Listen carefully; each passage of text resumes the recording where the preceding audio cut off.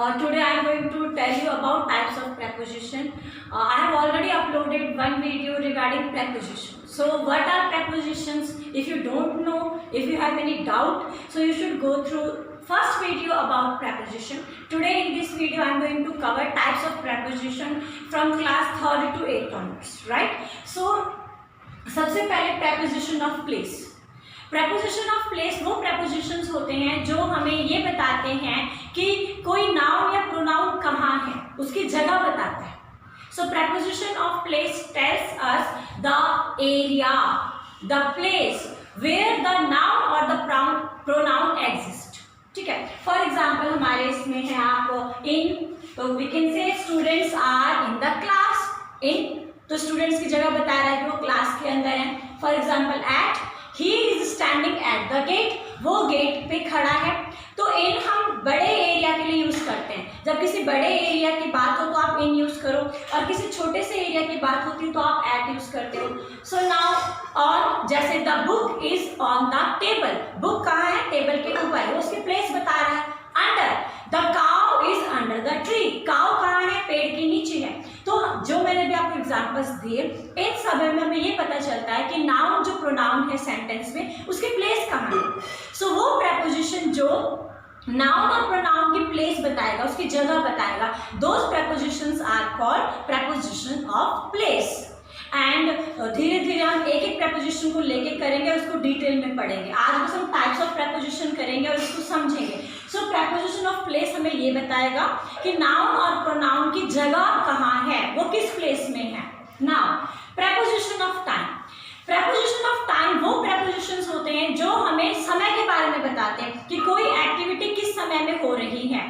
तो that is called preposition of time. Preposition used to show time of an action. वो preposition जो हमें किसी टाइम, किसी एक्शन के बारे में बताएंगे, that is called preposition of time. For example, I will be in Mussoorie in summers. मैं मसूरी में रहूंगी समर्स में. अब इसमें दो प्रपोजिशन है. एक इन मतलब मसूरी में रहूंगी, जगह बता रहा है. एक इन समर, समय बता रहा है.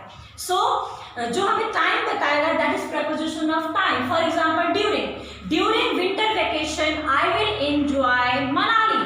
During winter vacation I will enjoy Manali. So मैं विंटर वेकेशन के दौरान मनाली में एंजॉय करूंगी, समय बता रहे हैं हमें. तो इसी तरीके से I shall reach Delhi within 2 hours. Within 2 hours, तो मैं दिल्ली 2 घंटे के अंदर पहुंच जाऊंगी. तो वो प्रपोजिशन जो हमें किसी काम की टाइम के बारे में बताएंगे, वो हमारे प्रपोजिशन ऑफ टाइम होते हैं. नेक्स्ट है बेटा प्रपोजिशन ऑफ मैनर.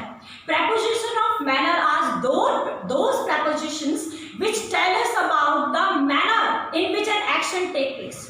किस तरीके से कोई काम होता है, वो जो प्रपोजिशन हमें बताएगा, वो प्रपोजिशन आपका प्रपोजिशन ऑफ मैनर होता है. जैसे ही केम इन बोल्डली, ही केम इन बोल्डली, वो अंदर कैसे आया है, बोल्डली आया है. ठीक है. अब यहाँ पे देखो प्रपोजिशन ऑफ मैनर में इनटू. जैसे they rushed into the river happily, they rushed into the river happily. तो बता रहा है कि वो जब नदी में उन्होंने रशिंग किए तो खुशी से किए, और इनटू बता रहा है, काम का तरीका बता रहा है, किस तरीके से हो रहा है. ठीक है. So that is called adverb of, sorry, preposition of manner. So वो प्रपोजिशन जो हमें ये बताएंगे कि कोई काम किस मैनर में हो रहा है, किस तरीके से हो रहा है, that is called preposition of manner. ठीक है. So next is your preposition of direction.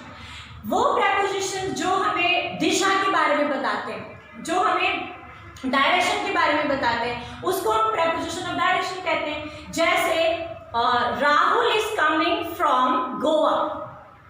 तो फ्रॉम हमें क्या बता रहा है कि राहुल कहाँ से आ रहा है, गोवा से आ रहा है. उसकी डायरेक्शन बता रहा है कि वो गोवा से आ रहा है. For example, children are going to park. Children कहाँ जा रहे हैं, चिल्ड्रन पार्क में जा रहे हैं. उनकी डायरेक्शन कहाँ है जाने की, पार्क में जाने की है. For example, I swam across the river. तो मैंने नदी के अक्रॉस स्विमिंग की है, वो मेरी डायरेक्शन बता रहा है कि नदी के अक्रॉस मैंने स्विमिंग की है. तो जो प्रपोजिशंस आपको बताएंगे कि किस डायरेक्शन में काम हो रहा है, वो preposition होगा preposition of direction, वो हमें दिशा बताता है। ठीक है, for example we can say snake is climbing down the wall. Snake is climbing down the wall. कोई सांप है और वो दीवार से नीचे की तरफ जा रहा है, तो उसकी डायरेक्शन बता रहे हैं नीचे की तरफ जा रहा है। The squirrel was climbing up the tree. कोई गिलहरी है और वो पेड़ में ऊपर की तरफ चढ़ रही है, तो वो डायरेक्शन बता रहा है उसका।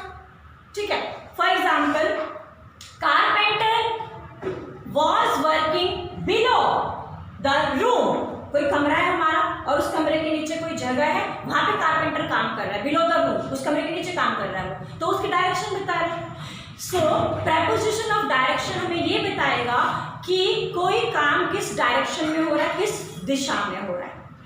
Now preposition of agency, preposition of agency हमें ये बताता है कि किस चीज की मदद से काम हो रहा है, किस चीज को यूज करके आप काम करोगे, that is called preposition of agency. आपको किस हथियार की जरूरत है, आपको किस टूल की जरूरत है, आप किस चीज से कोई काम करोगे, that is called agency, preposition of agency. जैसे the king killed the minister with sword, राजा ने मंत्री को मारा, किससे मारा है, तलवार से मारा, विद स्वॉर्ड, किससे मारा, विद स्वॉर्ड, तलवार से मारा। My sister was colouring the cartoon with crayon, मेरी बहन कार्टून को कलर कर रही थी, किससे कर रही थी, विद क्रेयॉन। सो एजेंसी बता रहा है कि काम किस चीज की मदद से हो रहा है, काम किस चीज की मदद से हो रहा है, वो एजेंसी है, वो चीज है। So my father cut the cake with knife, मेरे पापा ने केक नाइफ से काटा, तो काम किससे हुआ है, नाइफ से हुआ है।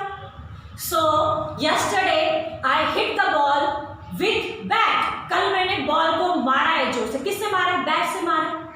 सो these are called adverb of agency, किस चीज की मदद से जो हम काम करते हैं वो preposition हमें ये बताता है, सॉरी preposition of agency, वो prepositions जो हमें ये बताएंगे कि काम किस चीज की मदद से हम करेंगे, that is called preposition of agency। Almost इसमें by और हम with यूज करते हैं। जैसे the teacher is teaching by good method, by using teaching aids, teacher good methods को यूज करके पढ़ा रही है, बाय गुड मेथड्स कर रही है, बाय टीचिंग एड्स कर रही है, काफी सारी टीचिंग एड यूज कर रही है, मैप यूज कर रही है।